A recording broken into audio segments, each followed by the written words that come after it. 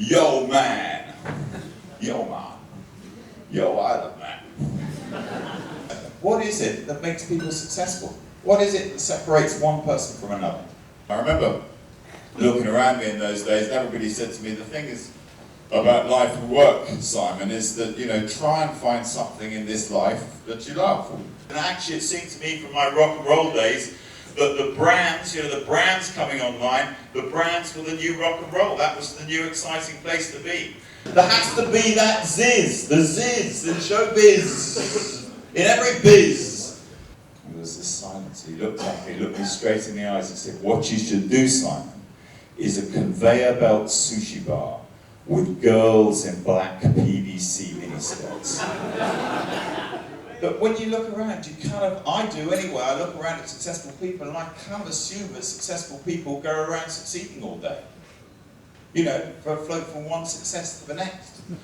And actually, what I've observed is that on a minute by minute, hour by hour, day by day, week by week, year by year basis, successful people don't do that. Successful people are actually willing to pick up the phone and make calls where they're going to get rejected. Successful people stand up at meetings and say things so they get laughed at. Of course, successful people put their time and the money on the line on a daily basis and lose it from time to time. Successful people fail.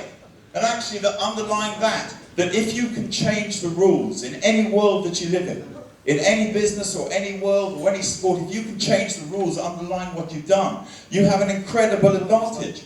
And I think the new word is outrageous.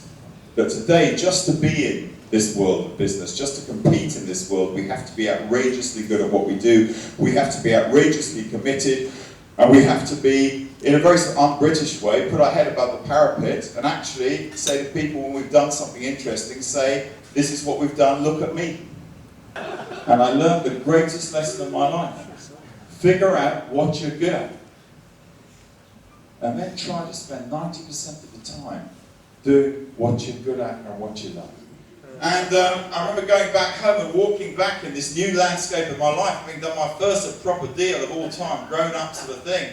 And I remember walking back down Oxford Street where I lived on those days, to the corner of Wells Street, and coming around the corner, and there in the corner, the National Westminster Bank ATM machine.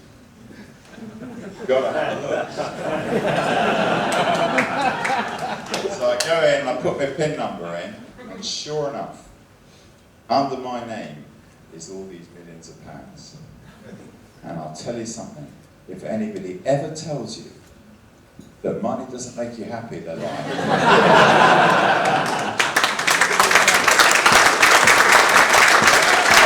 And I tell this story against myself, but there was a bloke behind me in the queue and he was coughing and spluttering by this time, so I was just standing looking at it. And in the end I just turned to him, I said, excuse me mate, I said, copper, look at this! I got up until I got my yo. I hope you back your doorway, so yo.